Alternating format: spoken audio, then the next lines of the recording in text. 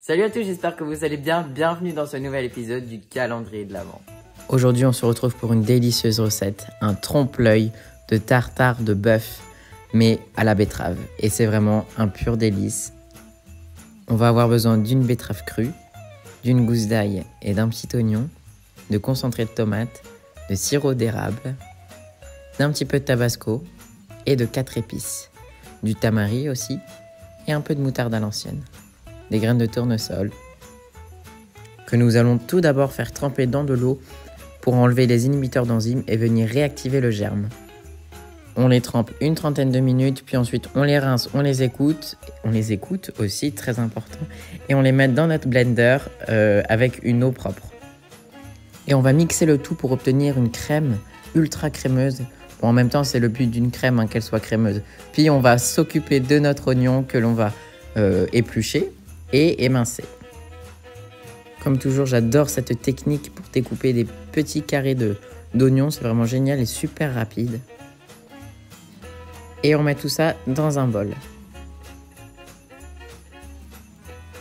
On s'occupe maintenant de la gousse d'ail, hop, et on l'ajoute aux oignons. La cuillère de moutarde, la cuillère de concentré de tomate, le sirop d'érable bien sûr, le 4 épices, le tamari, quelques gouttes de tabasco, les capres hachés, du poivre noir et on ajoute notre crème de tournesol. Grâce à cette sublime crème de tournesol qui va apporter beaucoup de richesse, de rondeur, on peut oublier le jaune d'œuf et l'huile de tournesol pour faire une mayonnaise. Vraiment, c'est vraiment une alternative géniale, tant au goût qu'à l'aspect santé. C'est vraiment une pure merveille. Ensuite, on va mettre des morceaux de betterave crue et épluchés dans un petit mixeur que l'on va venir dépiter en petits morceaux. Puis on met ça dans un emporte-pièce. Donc là, vous pouvez mettre soit la betterave et la sauce par-dessus, ou mélanger la sauce et la betterave, ça fait un résultat encore plus bluffant.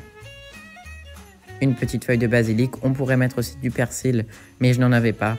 Et ça, c'est quand il y a la sauce. Et franchement, le trompe-l'œil est plus que réussi. Je suis vraiment super fière et content de vous partager cette recette que j'ai inventée. Je suis vraiment content, j'espère qu'elle va vous plaire.